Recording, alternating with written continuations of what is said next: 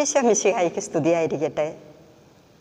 ഈശോയിൽ ഏറ്റവും പ്രിയമുള്ള സഹോദരിമാരെ, വിശുദ്ധ യോഹന്നാൻ്റെ സുവിശേഷം 1-ാം അധ്യായം 14-ാം വാക്യത്തിൽ നമ്മൾ വായിക്കുന്നു, വചനം മാംസമായി നമ്മുടെ ഇടയിൽ വസിച്ചു.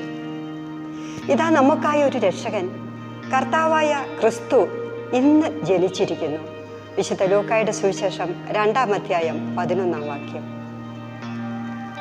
സ്വർഗത്തിൻ്റെ മഹിമ വിട്ട് ഭൂമിയിലേക്ക് ഇറങ്ങി വന്ന രക്ഷകനെ കുറിച്ച് കൂടുതൽ ധ്യാനിക്കുന്ന ഈ ക്രിസ്മസ് ദിനത്തിൻ്റെ ആശംസകൾ എല്ലാവർക്കും നേരുകയാണ്. ദൈവമായി ജീവിക്കേണ്ടവൻ മനുഷ്യനായി അവതരിച്ചു. താൻ ദൈവമാണെന്ന് മറന്നുപോയ തിരുനാൾ, അതാണ് ക്രിസ്മസ്. ദൈവം മനുഷ്യനായി അവതരിച്ചു. നമ്മെ എല്ലാവിധ പാവരോഗ ബന്ധനത്തിൽ നിന്നും മോചിപ്പിച്ച് സത്യവും നിറഞ്ഞ ഒരു ജീവിതത്തിലേക്ക് തിരികെ പ്രവേശിപ്പിക്കുന്നതിന് വേണ്ടി, നമ്മുടെ തെറ്റായ വിശകലനത്തിലൂടെ, തീരുമാനത്തിലൂടെ, പ്രവർത്തികളിലൂടെ നഷ്ടപ്പെടുത്തിയ സ്വാതന്ത്ര്യം തിരികെ നൽകുന്നതിന് വേണ്ടി, ജീവൻ ചോർന്നുപോയ നമ്മെ, അഹങ്കാരത്താൽ പൊള്ളയായ നമ്മെ ദൈവിക ജീവൻ നിറയ്ക്കുന്നതിന് വേണ്ടി ക്രിസ്തു മനുഷ്യനായി അവതരിച്ചു. ഇനി അവൻ നമുക്ക് സ്വന്തം.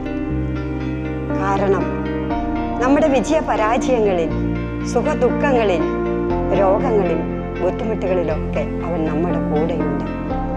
വിശുദ്ധ മത്തായിയുടെ സുവിശേഷം 1-ാം അധ്യായം 22-ാം വാക്യം, കന്യക ഗർഭം ധരിച്ച് ഒരു പുത്രനെ പ്രസവിക്കും.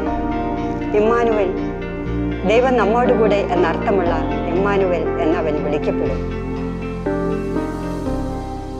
ദൈവം കൂടെയുണ്ട് എന്ന പ്രത്യാശയാണ് ക്രിസ്മസ് നമുക്ക് പറഞ്ഞു തരുന്നത്. 2025 ജൂബിലി വർഷത്തിൽ ഫ്രാൻസിസ് മാർപ്പാപ്പ തിരഞ്ഞെടുത്തിരിക്കുന്നതും ഈ ആപ്തവാക്യം, ഈ പ്രത്യാശയുടേതാണ്. വിശുദ്ധ പൗലോസ്ലീഹ റോമാക്കാർക്ക് എഴുതിയ ലേഖനം 5-ാം അധ്യായം 5-ാം വാക്യം, പ്രത്യാശ നമ്മെ നിരാശരാക്കുന്നില്ല. നമുക്ക് നൽകപ്പെട്ട പരിശുദ്ധാത്മാവിലൂടെ ദൈവത്തിൻ്റെ സ്നേഹം നമ്മുടെ ഹൃദയങ്ങളിലേക്ക് ചൊരിയപ്പെട്ടിരിക്കുന്നു. ക്രിസ്മസ് ഒരു തകർന്ന ബന്ധത്തിൻ്റെ പുനഃസ്ഥാപനത്തെയാണ് നമ്മെ ഓർമ്മപ്പെടുത്തുന്നത്. നമ്മുടെയൊക്കെ വ്യക്തി ജീവിതത്തിൽ ദൈവവുമായുള്ള, സഹോദരങ്ങളുമായുള്ള ബന്ധത്തിൽ എന്തെങ്കിലും വിള്ളലുകൾ, തകർച്ചകൾ വന്നിട്ടുണ്ട് എങ്കിൽ അത് പുനഃസ്ഥാപിക്കപ്പെടണമെങ്കിൽ ഉണ്ണീശോയുടെ ശൈലി നാം സ്വീകരിക്കണം. ഉണ്ണീശോയുടെ ശൈലി എന്ന് പറയുന്നത് ശൂന്യവൽക്കരണത്തിൻ്റെ, ചെറുതാകലിൻ്റെ, താഴ്മയുടെ ശൈലിയാണ്. വിശുദ്ധ പൗലോസ്ലീഹ ഫിലിപ്പിയർക്ക് എഴുതിയ ലേഖനം 2-ാം അധ്യായം 6-ാം വാക്യം, അവൻ ദൈവത്തിൻ്റെ രൂപത്തിലായിരുന്നു എങ്കിലും ദൈവവുമായുള്ള സമാനത കാര്യമായി പരിഗണിച്ചില്ല എന്ന വാക്യം. താഴാൻ, ചെറുതാകാൻ, ശൂന്യവൽക്കരിക്കപ്പെടാൻ നാം തയ്യാറാകണം.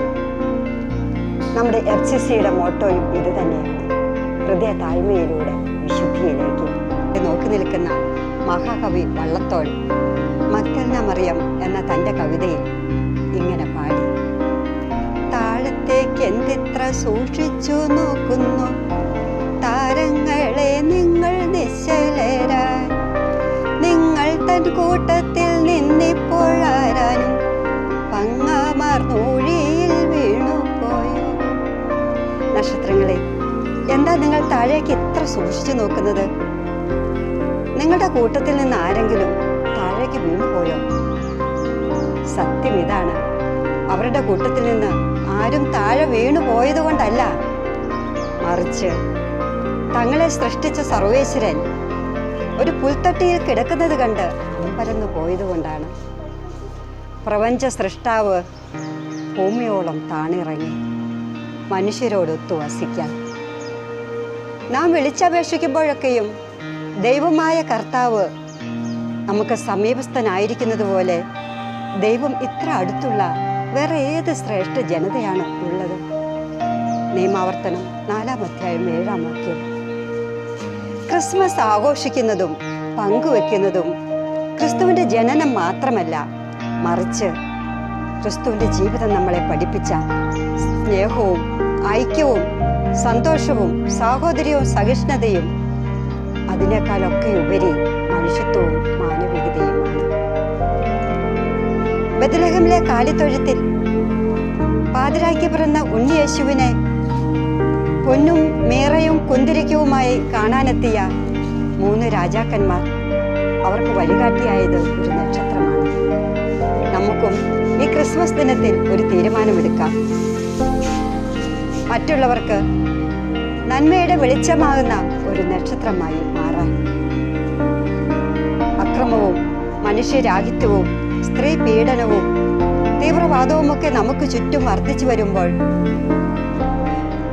പ്രകാശഗോപുരങ്ങളാകുന്ന ആയി മാറാൻ നമ്മളിൽ ചിലരെങ്കിലുമൊക്കെ അവശേഷിച്ചില്ല എങ്കിൽ നമ്മുടെ മനുഷ്യത്വവും മാനവികതയുമൊക്കെ ഈ ലോകത്തിൽ നിന്നും അപ്രത്യക്ഷമാകും, മാഞ്ഞുപോകും. ലൂക്കായുടെ സുവിശേഷം 2-ാം അധ്യായം 11-ാം വാക്യം വീണ്ടും, ഇതാ നിങ്ങൾക്കായി ഒരു രക്ഷകൻ കർത്താവായ ക്രിസ്തു ഇന്ന് ജനിച്ചിരിക്കുന്നു. ആട്ടിടയന്മാർക്ക് ലഭിച്ച ഈ സന്ദേശം ലോകം മുഴുവനുമുള്ള സന്ദേശമായി ഈ ക്രിസ്മസ് ദിനത്തിൽ മാറുമ്പോൾ ഓരോരുത്തർക്കും എല്ലാവർക്കും ക്രിസ്മസിൻ്റെ ആശംസകൾ.